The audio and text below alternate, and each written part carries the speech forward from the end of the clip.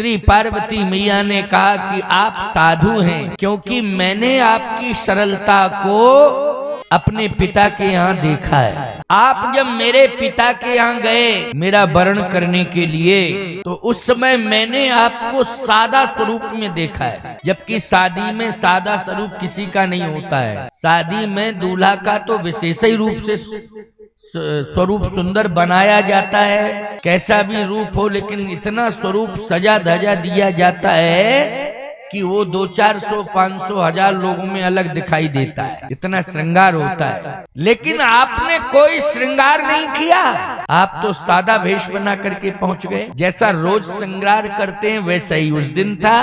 भाई रोज भभूत लगाते हैं शरीर में, तो भभूत तो विवाह के समय भी लगाई।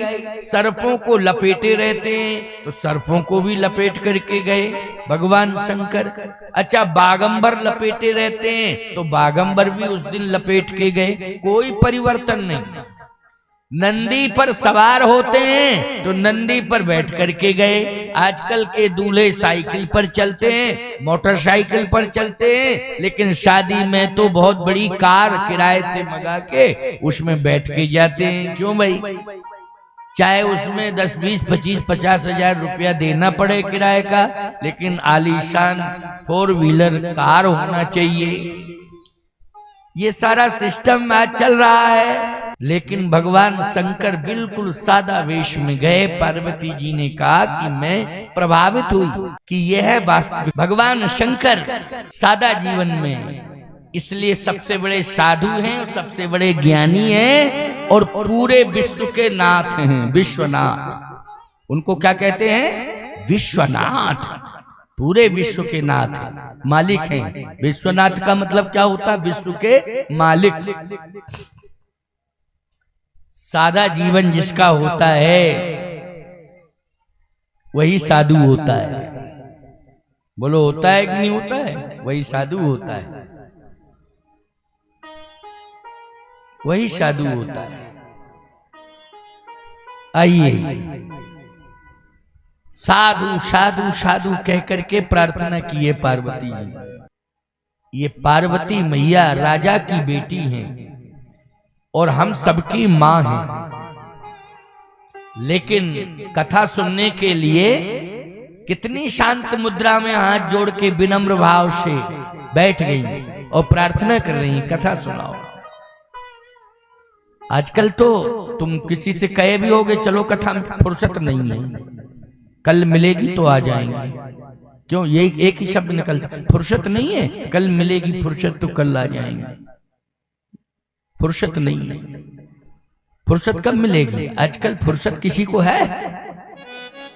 किसी को फुर्सत नहीं है। किसी से भी पूछो, सुबह भैया थोड़ी हमारी बात सुनो, अभी नहीं, फुर्सत नहीं। दोपहर में आ जाए, हाँ दोपहर में आ जाए। अब दोपहर में आप तलाश से मिल गया, देखो भाई कोशिश तो की थी कि मिल जाए फुर्सत, लेकिन फुर्सत नहीं। शाम को गए, शाम को भी कह दिया उसने, क्या बताए इतनी बिजी लाइफ हो गई है कि फुर्सत नहीं है। क्या करते हो? काम में बिजी हो, सुबह काम, दोपहर में काम, शाम को काम, कल आना, लेकिन कल नहीं आ पाया, वो रात ही में काम से चला गया, रात में ही काम से चला गया, काम ही से चला गया। समझ लो, फुर्सत नहीं, फुर्सत नहीं। एक आदमी बहुत बिजी कहता था अपने को, मैं बहुत व्यस्त हूं, व्यस्त हूं, व्यस्त हूं, व्यस्त हूं, बहुत व्यस्त हूं। विवेकानंद जी का सत्संग हो रहा था, स्वामी विवेकानंद जी महाराज का सत्संग हो रहा था। तो विवेकानंद जी महाराज सत्संग कर रहे थे और लोगों ने कहा कि भाई स्वामी विवेकानंद जी महाराज का दिव्य सत्संग है, श्रवण करो। बोले क्या बतावें, व्यस्त रहता हूं इसलिए फुर्सत नहीं है, व्यस्त हूं, व्यस्त हूं। लोगों ने कहा महाराज और तो सब आए, लेकिन एक व्यक्ति नहीं आया, वो बार बार यही कहता व्यस्त हूं, व्यस्त हूं, व्यस्त हूं। स्वामी विवेकानंद जी ने कहा जो व्यक्ति अगर हमेशा इस बात को कहे कि मैं व्यस्त हूं, व्यस्त हूं, व्यस्त हूं, तो वो व्यस्त नहीं है, अस्त व्यस्त है। ये स्वामी जी का भाव है, अस्त व्यस्त है।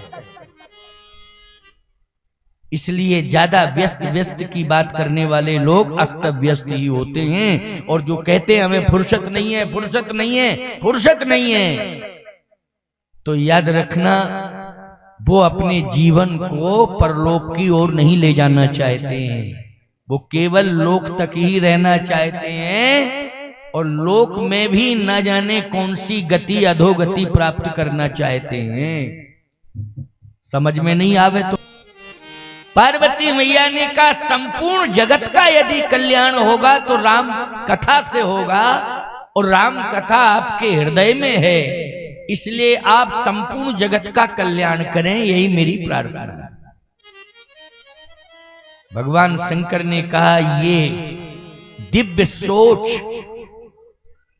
आज मेरे हृदय को प्रभावित कर रही है पार्वती, इसलिए सती के स्थान केवल 52 जगह होंगे, 52 शक्तिपीठ हैं। सती के स्थान, सती भी मेरी पत्नी थी और तुम ही सती थी, लेकिन सती के रूप में 52 स्थान होंगे, लेकिन पार्वती के हर गांव में स्थान होंगे। जहां शिव मंदिर होंगे वहीं पार्वती का स्थान होगा। बोलो, जहां शिवालय है वहां पार्वती मैया बैठी हैं कि नहीं बैठी हैं? हर गांव गांव में, हर मंदिर में, क्योंकि तुम्हारी सोच बहुत श्रेष्ठ है। इसलिए जिसकी सोच श्रेष्ठ होती है ना, उसका गांव गांव में सम्मान होता है। और सही बात बतावें, उसका सम्मान तो भगवान के यहां भी होता है, जो अच्छी सोच वाले होते हैं। भगवान के यहां सम्मान का मतलब यह है कि भगवान के समीप बैठने का स्थान उसे मिलता है। ये सम्मान नहीं है तो क्या है? भगवान के समीप अगर बैठने का स्थान मिले तो बोलो ये क्या है? यही तो सम्मान है।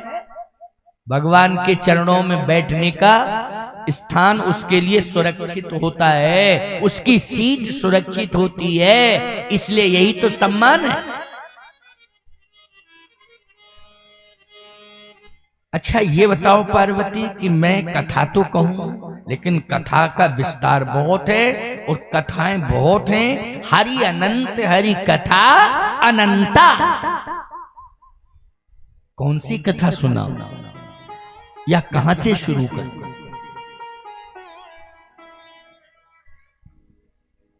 पार्वती जी ने कहा कि मैंने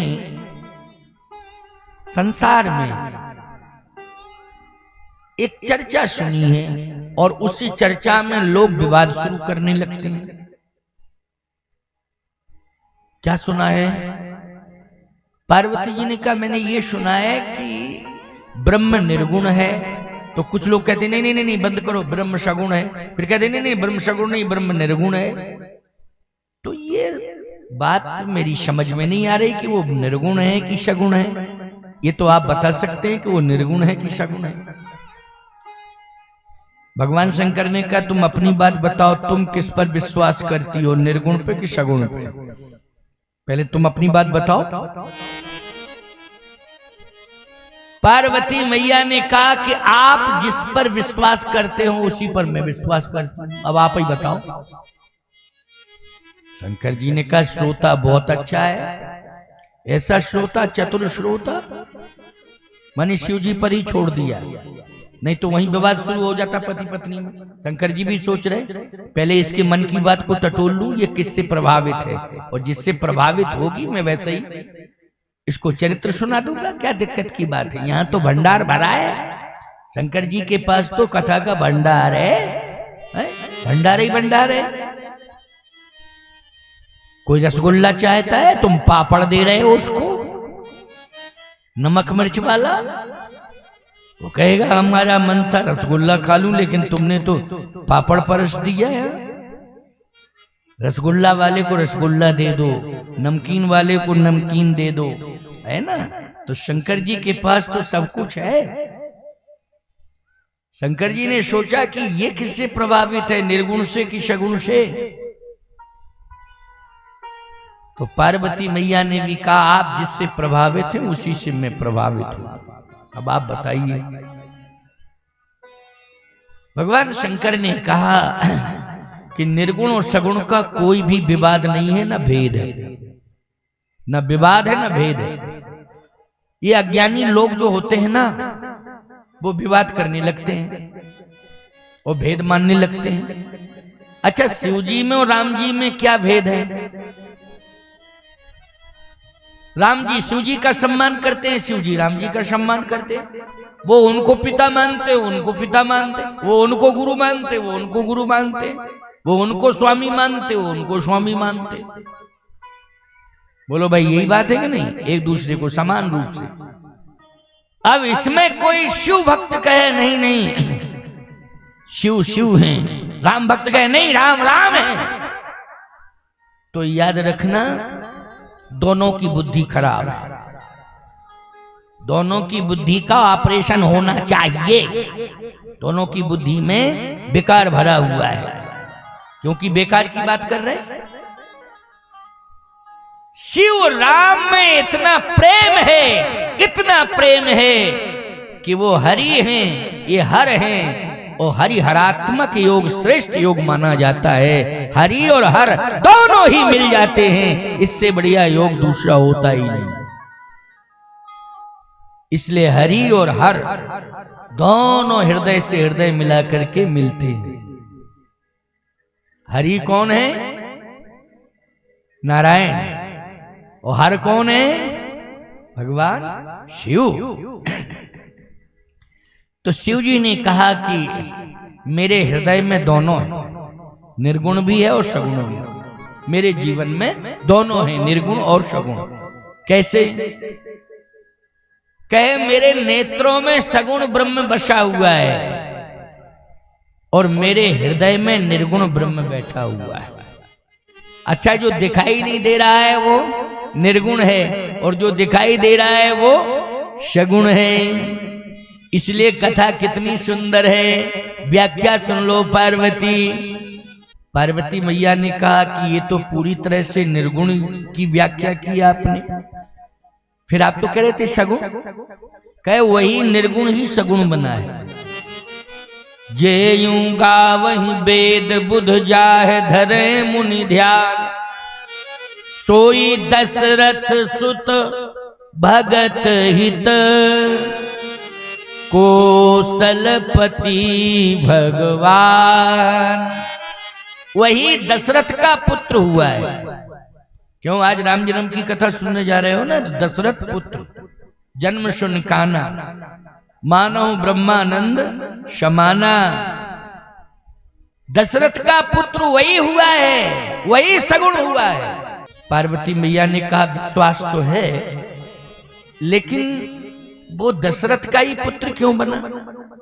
पूरे ब्रह्मांड में एक दशरथ को चुना बाप के रूप में, पिता के रूप में। ऐसी क्या कोई विशेषता है दशरथ जी में? भगवान शंकर ने कहा विशेषता है।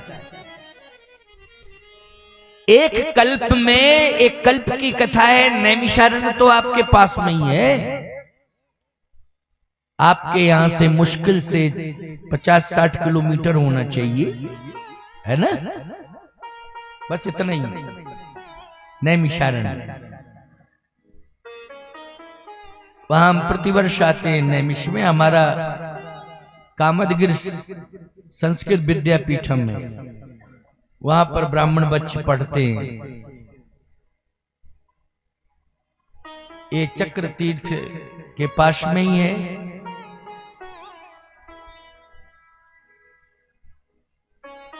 जब आप काशी कुंड जाएंगे चक्र तीर्थ से, सौनिक की गद्दी होते हुए, तो चक्र तीर्थ से जैसे जाएंगे काशी कुंड की ओर, तो वहीं पड़ेगा वो कामदगिरि संस्कृत विद्यापीठ।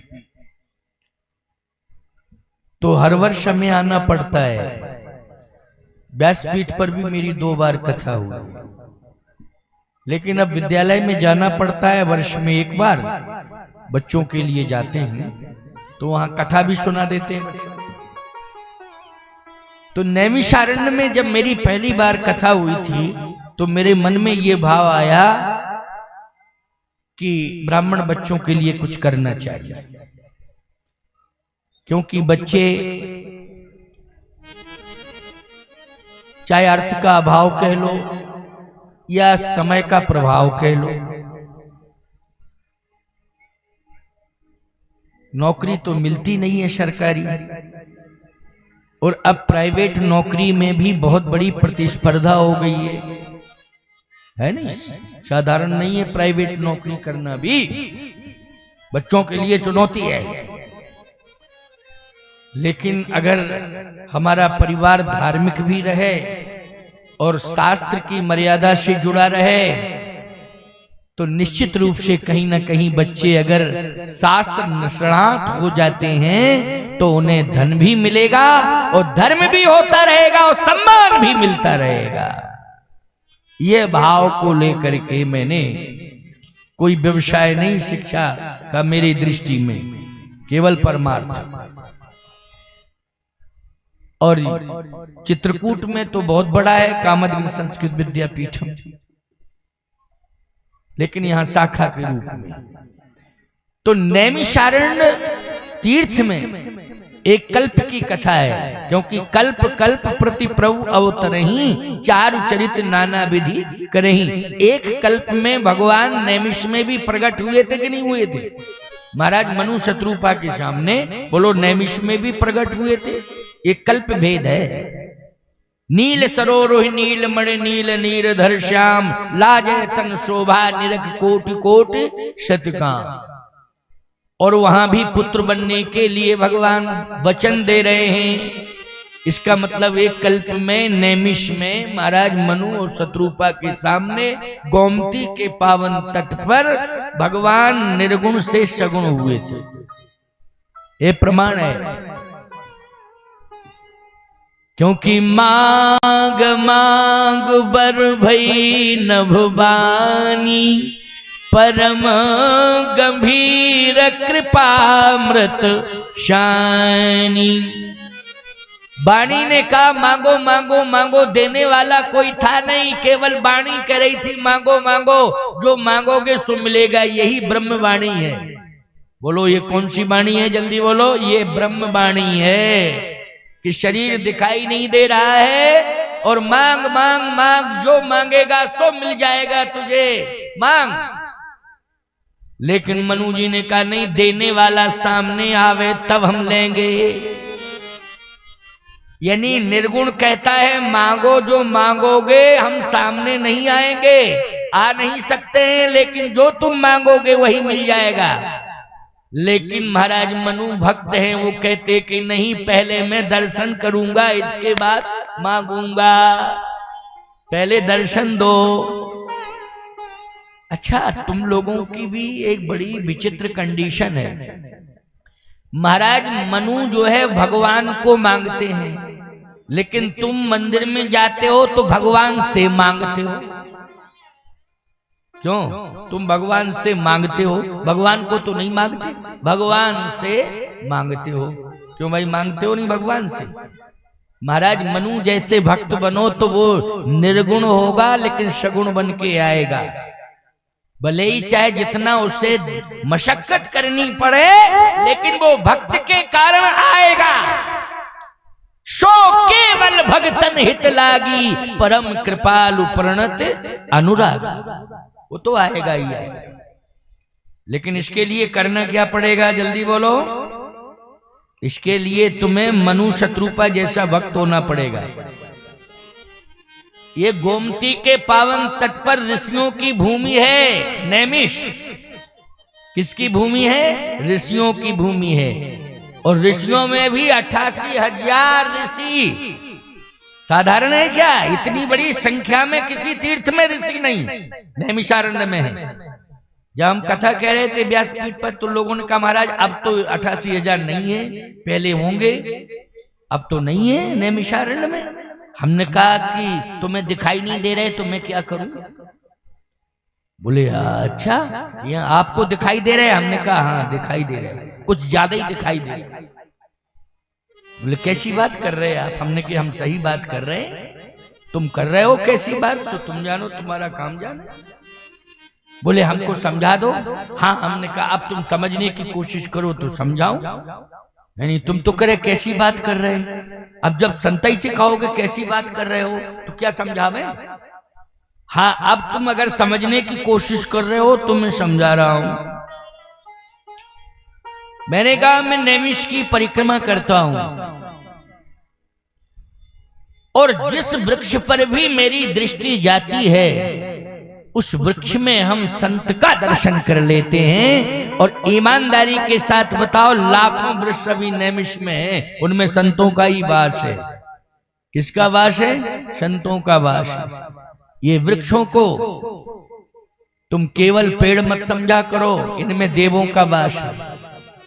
अच्छा सही बताओ, पीपल में किसका वास है? बोलो, भगवान नारायण का वास है कि नहीं? है कि नहीं?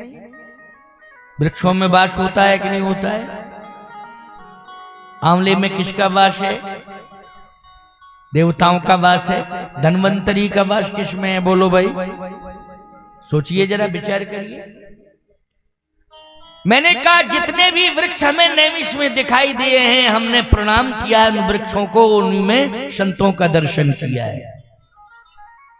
क्योंकि वृक्ष हमें श्वास दे रहे हैं। हमारी श्वास चल रही है तो बोलो, श्वास की गति जो चल रही है, ऑक्सीजन मिल रहा है, वो किससे मिल रहा है? जल्दी बोलो।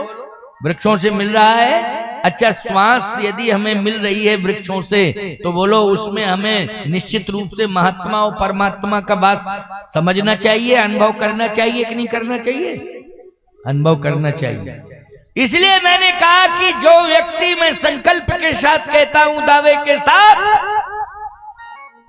गांव वालों, शहर वालों, कस्बा वालों, ज्यादा से ज्यादा वृक्ष यदि तुम लगा दोगे तो जहां ज्यादा वृक्ष होंगे वही नैमिषारण्य तीर्थ बन जाएगा। प्यारे, नैमिषारण्य तीर्थ बन जाएगा। तुम अपने गांव को भी नैमिषारण्य तीर्थ बना सकते हो, बशर्ते वृक्ष ज्यादा लगाओ। अच्छा, जब अरण्य, नैमिषारण्य अरण्य था तभी तो संत गए वहां। अगर अरण्य नहीं होता तो साधु क्यों जाते? उसका नाम क्यों नैमिषारण्य होता? अरण्य गए, अरण्य था तभी संत गए। इसका मतलब है साधु संत भी वृक्षों से प्रभावित होते हैं। किससे प्रभावित होते हैं? वृक्षों से। अपने गांव को नैमिषारण्य बना सकते हो अगर ज्यादा से ज्यादा वृक्ष लगाओ। हर जगह वृक्ष ज्यादा होने चाहिए, क्योंकि आज वृक्षों के अभाव में बीमारियां बढ़ रही हैं और ऐसी ऐसी बीमारियां आ रही हैं कि डॉक्टर भी नहीं पकड़ पा रहा उन बीमारियों को। जब ज्यादा गहरी बीमारी पहुंच जाती है तब डॉक्टर कहता अब समझ में आया ये बीमारी है। तो इसका मतलब ये है कि कपड़ा धुलते धुलते जब पहनने के लायक होता है तो फटने के दिन आ जाता है, और इंसान समझते समझते समझने के लायक होता है तो मरने के दिन आ जाता है। जब बीमारी पकड़ में आई तब मरने का समय आ गया। लेकिन बीमारी आ ही नहीं सकती है, ये वृक्ष जो है कवच बन करके तुम्हारी रक्षा करेंगे और ये बीमारी को तुम्हारे अंदर नहीं जाने देंगे। कवच बन करके ये बीमारी से लड़ेंगे। इसी को कहते हैं रोग प्रतिरोधक क्षमता। इसी का नाम है रोग प्रतिरोधक क्षमता। इसलिए नैमिषारण्य की महिमा किससे है? जल्दी बोलो। वृक्षों से। और वृक्षों के कारण कौन पहुंचे हैं? ऋषि मुनि महात्मा। और ऋषि मुनि महात्माओं के कारण कौन पहुंचे हैं? मनु शत्रुपा। और मनु शत्रुपा के कारण कौन पहुंचे हैं? बोले निर्गुण से ब्रह्म सगुण बन करके पहुंच गया है मनु और शत्रुपा से। इसलिए क्रम बना हुआ है। मांग मांग बर भई न भवानी, ओ परम गंभीर कृपामृत सानी। मांगो मांगो मांगो मांगो। मनु जी ने कहा नहीं, सामने आओ दो, क्योंकि मुझे दर्शन करना है। ये मांगने वांगने वाला झंझट खत्म, आपका दर्शन हो। यानी भगवान को ही मांग लो कि आप मेरे हो जाओ। और जब भगवान को तुम मांग लोगे तो फिर गीता का जो सिद्धांत है अनन्यास चिंतयन्तो माम ये जनः पर्युपासते, तेषाम नित्याभियुक्ता नाम योगक्षेमम बहाम्यहम्। जब भगवान को तुम मांग लोगे तो भगवान तुम्हारा संपूर्ण योगक्षेम बहम करेगा। लेकिन तुम भगवान से मांगते हो तो भगवान दे देता है, लो, और भगवान देता है तो फिर तुम अभिमान में आ जाते हो, तो फिर वो दी हुई भगवान की वस्तु भगवान के पास चली जाती है। क्यों भाई, चली जाती है कि नहीं? आप कहोगे महाराज ऐसा कैसे? अंगद जी ने रावण से कहा है कि जो कुछ भी तेरे पास है सब भगवान का दिया हुआ है। रावण बोला क्या क्या दिया तेरे भगवान ने, मैं भी तो समझ लूं क्या क्या दिया। अंगद ने कहा साम दाम यरु दंड विभेदा। साम दाम दंड भेद, ये 4 नीतियां भगवान ने दी हैं, लेकिन अब तू दुरुपयोग कर रहा है, अभिमान में आ गया है, इसलिए जो भगवान ने दिया है वो भगवान वापस ले रहे हैं। इसलिए अंगद ने 4 मुकुट पकड़े और फेंक दिए, भगवान के पास पहुंच गए। बोलो 4 ही थे मुकुट, 10, लेकिन फेंके कितने जल्दी? बोलो 4, केवल 4। क्योंकि भगवान ने जो दिया था, जो तेरा है वो तेरे पास है, लेकिन जो भगवान का था वो भगवान के पास ही जाएगा। कौन क्या गया? क्या नीतियां 4, साम दाम और दंड विभेदा, नृप और बसत नाथ कह बेदा। भगवान ने कहा कि अच्छा अंगद, तो ये मुकुट नहीं है, ये 4 नीतियां भेजी तुमने। हाँ प्रभु, मुकुट तो 10 थे, अगर मुकुट भेजता तो 10 भेज देता, लेकिन मैंने 4 भेजे हैं। देखने में ये मुकुट हैं, लेकिन हैं तो ये नीतियां। तो मेरे पास क्यों भेजे? जब मैंने उसको दे दिया था तो वापस क्यों कर दिया तुमने? अंगद जी ने कहा धर्महीन प्रभु पद विमुख, काल विवश 10 शीस, और तहीं पर हर गुण आयु सुनहु कौशलाधीश। धर्महीन प्रभु पद विमुख, काल विवश 10 शीस, वो धर्महीन हो गया है। इसलिए धर्महीन के पास आपके द्वारा दी हुई कोई वस्तु रहती नहीं है, वो वापस आपके पास पहुंच जाती है। इसलिए व्यक्ति अभिमान करता है, उस समय धर्महीन हो जाता है। जब पाकर के फिर अभिमान करे तो क्या हो जाता है? धर्महीन हो जाता है। और धर्महीन होता है तो फिर वो भगवान का दिया हुआ सब भगवान के पास वापस आ जाता है। इसलिए अभिमानी का विनाश होने लगता है, विनाश होने लगता है। रहा न को कुल रोबन हारा।